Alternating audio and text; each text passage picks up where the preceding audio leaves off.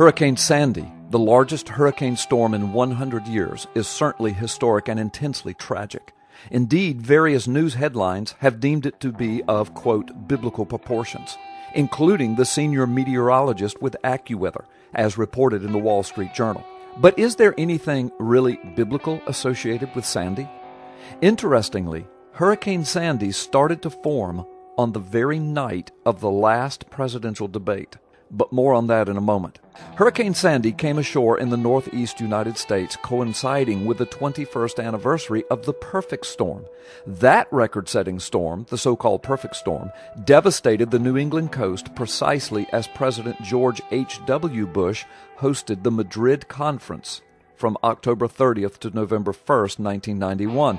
The perfect storm of 1991 subsequently sent 30-foot ocean waves into Bush's Kennebunkport home at the same time that Bush was calling on Israel to give up the West Bank.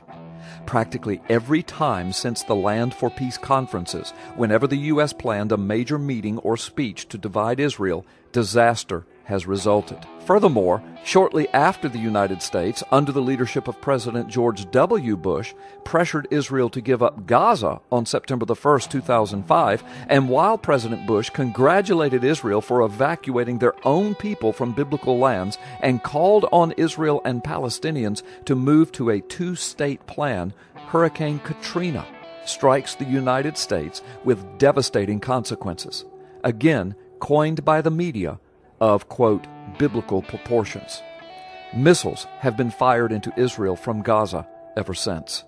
Additionally, in August of 2012, the Republican Platform Committee voted to add a, quote, two-state position pertaining to Israel for formal convention approval.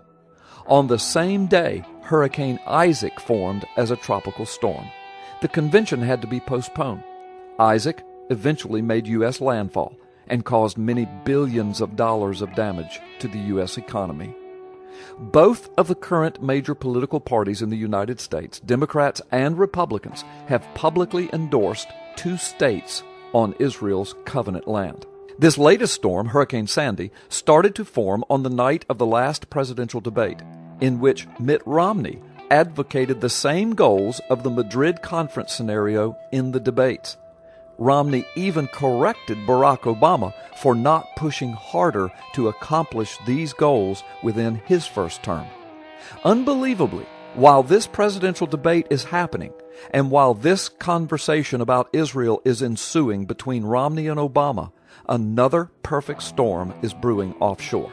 Of course, we know that the Obama administration has also strongly supported a two-state solution, even calling for Israel to return its borders to the 1967 boundaries, a move that would have ensured the complete demise of modern Israel. And Obama has made every effort to pressure Israel not to attack Iran's nuclear program in self-defense before the U.S. presidential elections. Hurricane Sandy arrived exactly 430 days after Hurricane Irene, which, again, many Bible students believe was a warning of the coming Hurricane Sandy. Don't forget, Israel was also 430 years bound in slavery in Egypt. Perhaps you will remember the circumstances surrounding Hurricane Irene, in that, after much debate, in which the UN issued statements calling for a Palestinian state with UN status and implied that Jerusalem should be divided, the huge Hurricane Irene's threat to New York and the UN headquarters was growing. The UN finally voted to deny UN status to Palestine. Then, for the next 2 days after that, Irene began to look increasingly ominous towards New York.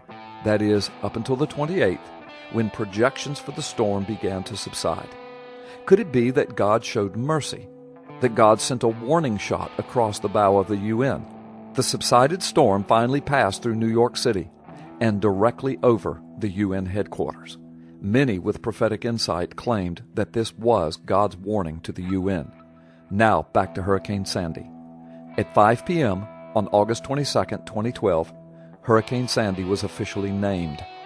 It died 8 days later on October the 30th, 2012, the 21st anniversary of the perfect storm.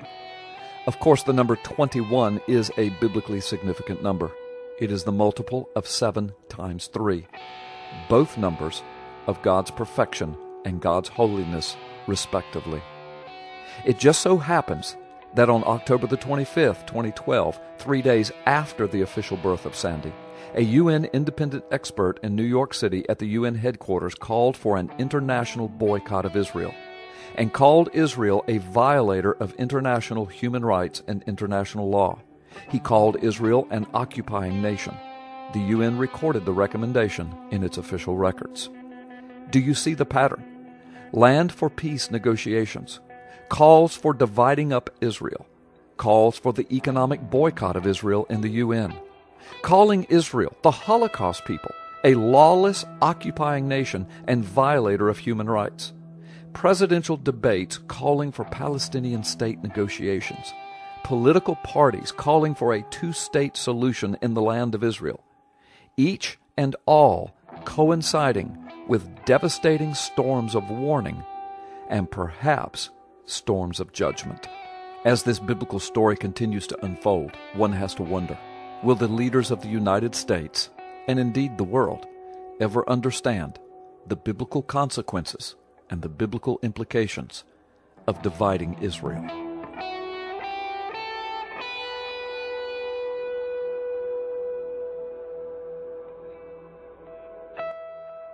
Do you ever wish that you could more powerfully, succinctly, and accurately speak to the message of your Christian faith and the Word of God? This is the book you need, The Magic Man in the Sky, Effectively Defending the Christian Faith. This book has been featured on TBN, Atlanta Live, dozens of radio programs, and hundreds of markets. It was rave reviewed by the Washington Times, and it was called a must-read book. Considering the times in which we now live, you need this book. Get it today on Amazon.com or the WND Superstore.